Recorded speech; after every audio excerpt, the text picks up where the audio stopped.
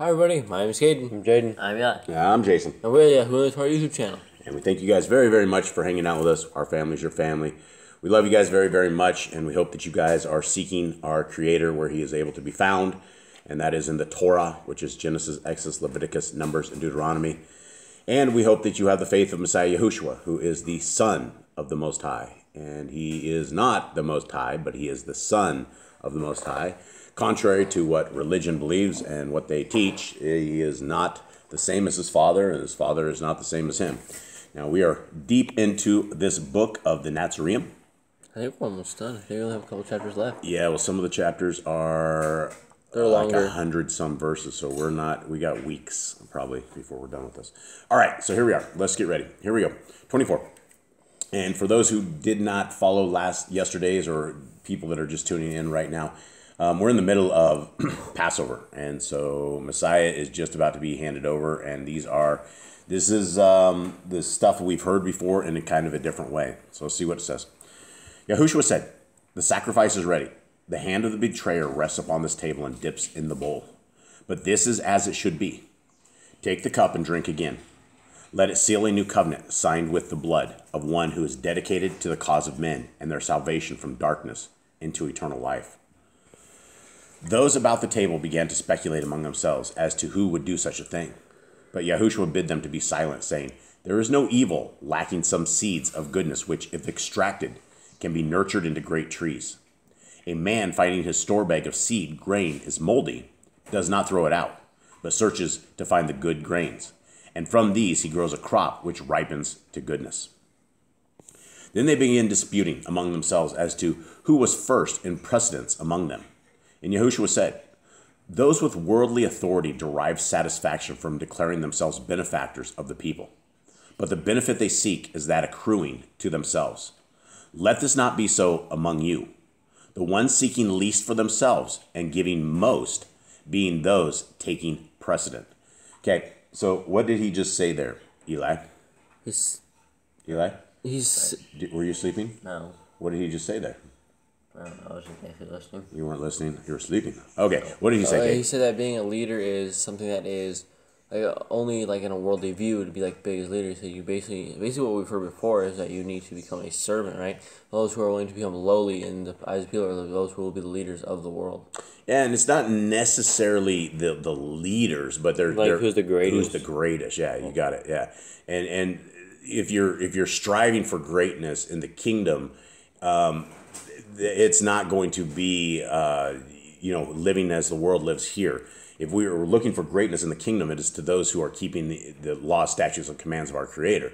We are living a resume right now. We have a brief moment in time that all of us have no idea when we will take our final breath.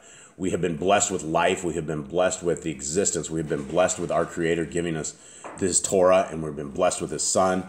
And we are, if we are trying to push ourselves up, or we're trying to be great here on earth, or elsewhere, even elsewhere where he's talking about, the kingdom is for those who are humble and those who are not looking for being the best of wherever they're going to be. 27. After a while, Yahushua said, "My friends, I shall be with you only a short time now." Kepha said, "Master, where do you go? Are you deserting us? Can we not come with you?" Yahushua said, "You cannot follow me immediately on this path, and to accompany me would serve no purpose. But later on you can follow me. Do not become faint-hearted, for if you believe in what I have taught you, believe also that I will be guided and strengthened." Okay, so lots of questions because the disciples have no idea what's going on, right? They have Kepha of all folks. He's sitting there. He's like, "Why can't I go?" And Messiah clearly says, like right here, if you would die right here at this point, it would serve no purpose, because He was the purpose. He was the reason that all of this had to go down, was because of our Messiah. And so, anyone have anything on this? Not really. I mean, these guys didn't understand. They never understood what Yahushua said, and even until the very end, they never really understood. Yeah. "I shall prepare a place for you in the kingdom of Yahuwah, and wait there to welcome you, where I will be. You shall be also, and where you are, there too I will be. You know the way to where I am going, and can follow. For the Torah and the books of wisdom are the way, the truth, and the light. I have brought you a light to show you the way. Follow it, and you will not go astray. So we've heard this, that before Messiah, that he is the way, the truth, and the light. And he clearly says right here that the Torah and the books of wisdom are the way, the truth, and the light. And he says another amazing thing is that if we do make the kingdom, Messiah will be there and he will welcome us. And if that in of itself is simply amazing, that if we can even be addressed by our Messiah, that we can even get a nod, that if we can get, a hug, from our Messiah, that hey, you are a faithful servant. You guys have done what it takes. That's going to be amazing. And so for all of us that get messed up in this world, that we're stuck here and there's, we can't figure, life out. The world to come is going to be eternity. And these moments that we have in this life, which sometimes feel like it drags on forever, is going to be over. It's going to be over very, very quickly. And the eternity awaits us. And eternity either in a bad place or eternity in a good place. But there's no middle ground, and there's no black. It's a black and white path. Okay, 31. Later you will understand that I am united with the Father. And as I am united with him, so you are united with me. Though we are many, let us stand as one. And those who serve, I will serve. All right, he didn't say he was Yahuwah. He said they're united, right? It's like a team thing, right? When a team is united, they will all stand as one. They all stand together in a team format. They all stand together in like a united family. Yep. And here's something: if you believe in the Trinity, then I guess if the Trinity is true, then you are part of the Trinity, because it says you're united with Messiah. So I guess that makes 4 of you or something of the sort for those who believe in that Trinity. So again, he says, I am united with the Father. That's echad, right? It doesn't say he is the Father. The Father is not the Son, and the Son is not the Father. They're 2 separate individuals. 32. To he who believes in my teachings, I will manifest. For what I do is done to prove to men my own convictions, that they will come to accept my teachings and follow the road of salvation. The people yearn for the fulfillment of the prophecies and will surely follow one who fulfills them. Thomas said, are you going to manifest only to us? Yahushua said, if anyone care for me and my cause, I will speak to him through the power of the Ruach HaKodesh, and it will come to him also. Those who do not care for me or my cause will ignore my teachings, but do not fear them. Be on guard against those who pay lip service only. While I am with you, I can speak as men speak, but when I am gone, the Ruach HaKodesh will bear messages in my name, clarifying your minds so you recall all I have taught you. All right. This is very amazing. This is, lip service is about 65,000 different religions out there of, 3 to 4 billion so-called Christians. And they sing in the name of our Creator. They love who they call God. They love who they call Jesus. And, but they don't love the commandments of our Creator. And they do not love the commandments of our Messiah. And it's lip service only. As you're sitting there eating unclean food, that's lip service. If you believe that your Creator is okay and that he has blessed your food and all food has been made clean, then that's only lip service. You are not living like you should be living. And pork is only one avenue of this. I always bring that up because that seems to be the crack cocaine of the Christians. They cannot stop it. They cannot stop selling their TV for a bite of pork all the time. And so that's the thing that for whatever reason, it is literally the crack cocaine of Christians, and they cannot stop. 35. In the kingdom of the Ruach, there are many splendid places. And I assure those who remain steadfast that they will be in the best of these. For when men die, each is drawn to the place whereof he is worthy. Even to each one is prepared a place for his soul. All right. Anyone want to break that one down? I think we have a ranking system, right? If you are holy, if you are worthy, if you are a good and faithful servant, you're going to have a higher place in the Shamaim. And if you were just a person that was just living life, doing your thing, and then Well, it's clear. Yeah, it's always clear in the Besorah, in Matthew, Mark, Luke, and John, that it is that, if you make the kingdom, if you're teaching contrary to the Torah, it says you will be lesser in the kingdom. There's absolutely some sort of a ranking system. But I find this particular verse extremely amazing because it sounds like for each soul, there is a place that is your place for either good or for whether it is bad. And you are based upon, the second we die, each is drawn to the place where he is worthy. Now, if you are not keeping Torah, if you do not care what the law, statutes, and commandments of our Creator say, then your worth to the end times is going to be into Sheol, the bad parts of Sheol.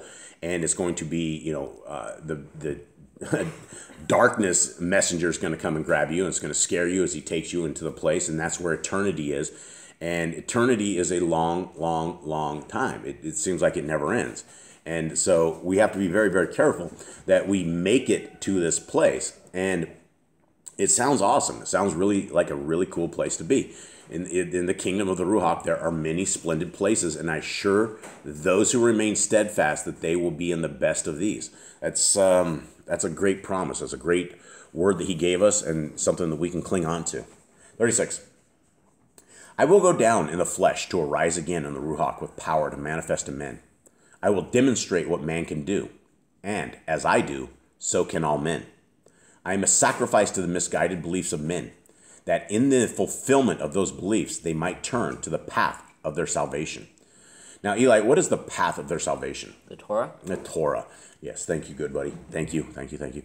And when he says he demonstrated what man can do.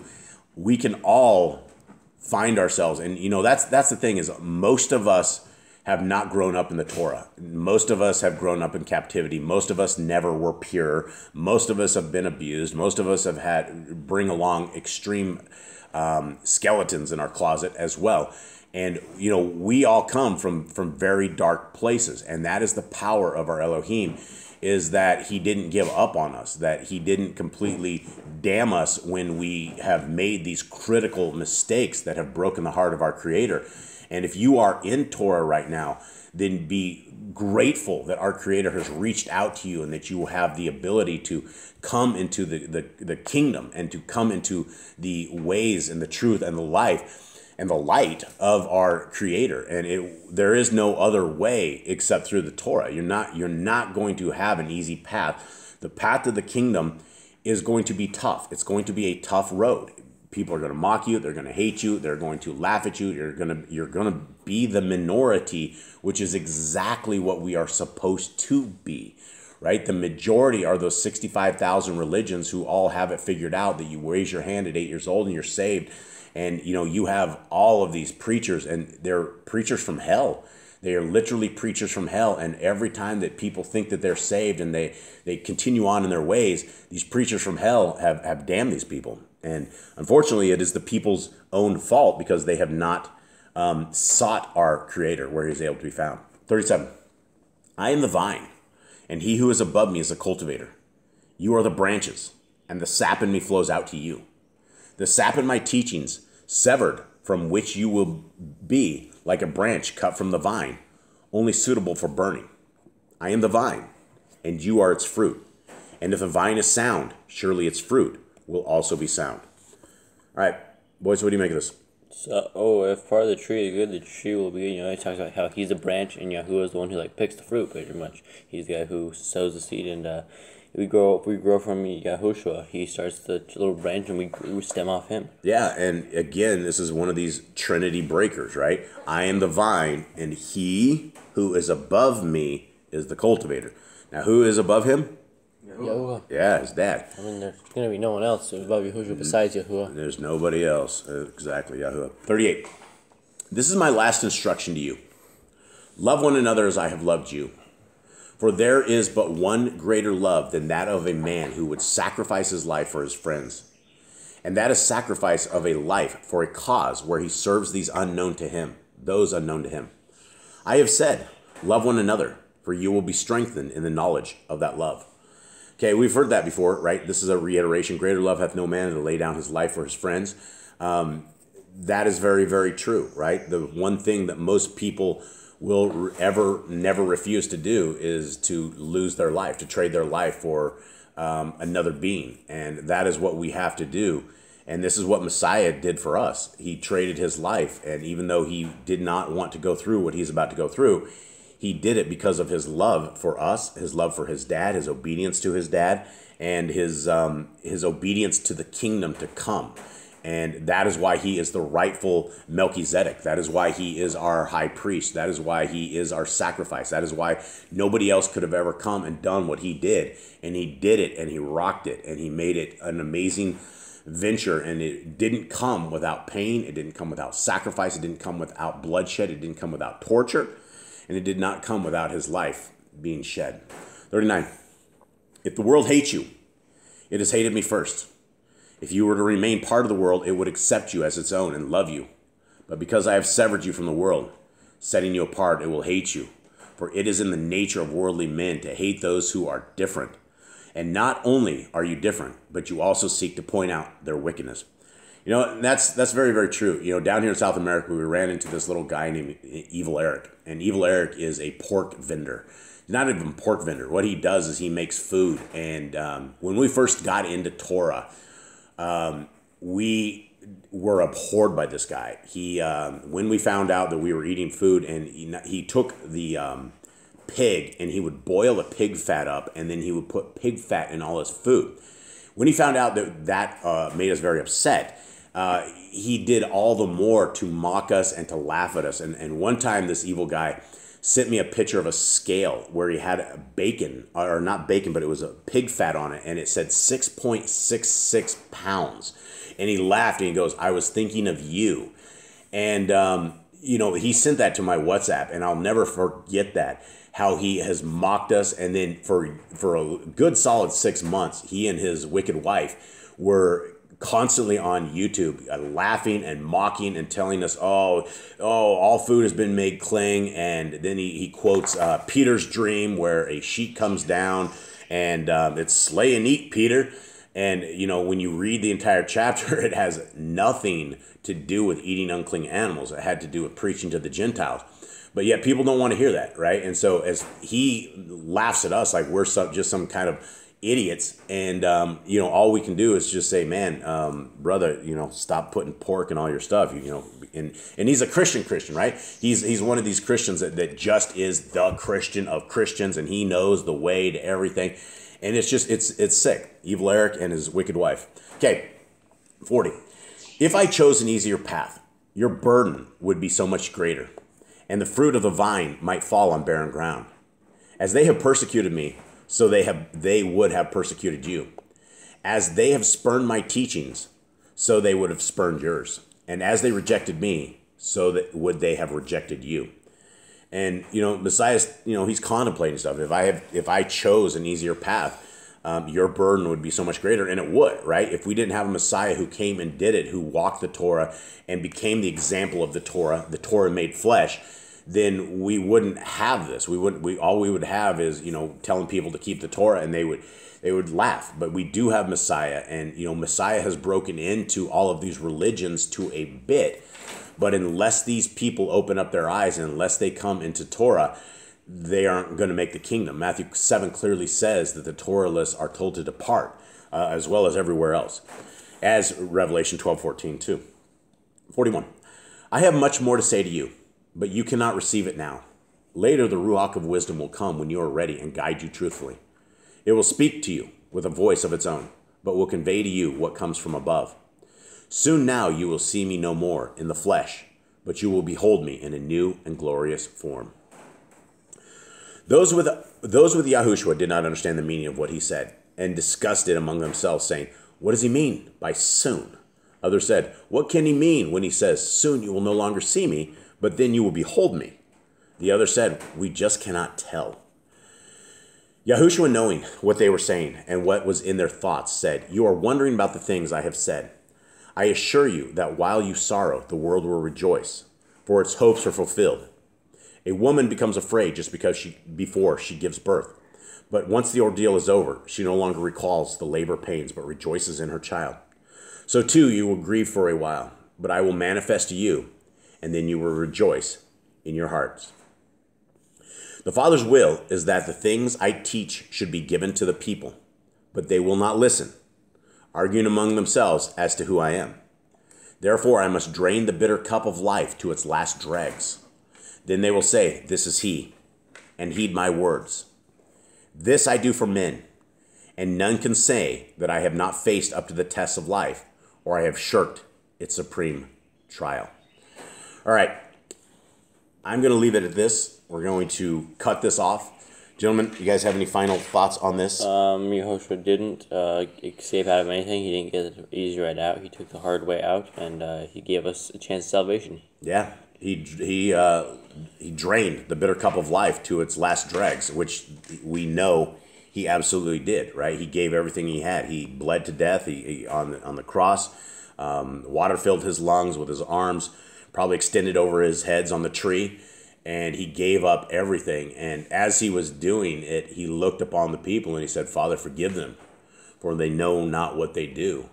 And how many of us would be able to be tortured to death, and as we ask our Creator for forgiveness for our enemies who have done this to us? And that was the example, and that is the example of our King. And the King is coming soon, folks. The King will be here. It may be this generation, it may be in the next generation, but it doesn't matter, because we need to be ready. We need to be teaching our kids. They need to be in Torah. They need to be in the Mashiach. This needs to be everything that is in our lives. And it doesn't matter when our last breath is. It matters that we're serving our Creator to our last breath. And we get wrapped up in the wiles of this world. We get into like the world system. Everything around us is the world system. The TV is the world system. Video games are the world system. Everything around us is the world system. And the more that you guys get involved in this, the more that you lose control of your reality and go into the world, the less chance you have at seeking this kingdom and seeking the world that we need. So with that, guys, I will leave it. I hope you guys have a wonderful day. Have a wonderful week. We love y'all. All right, Shalom.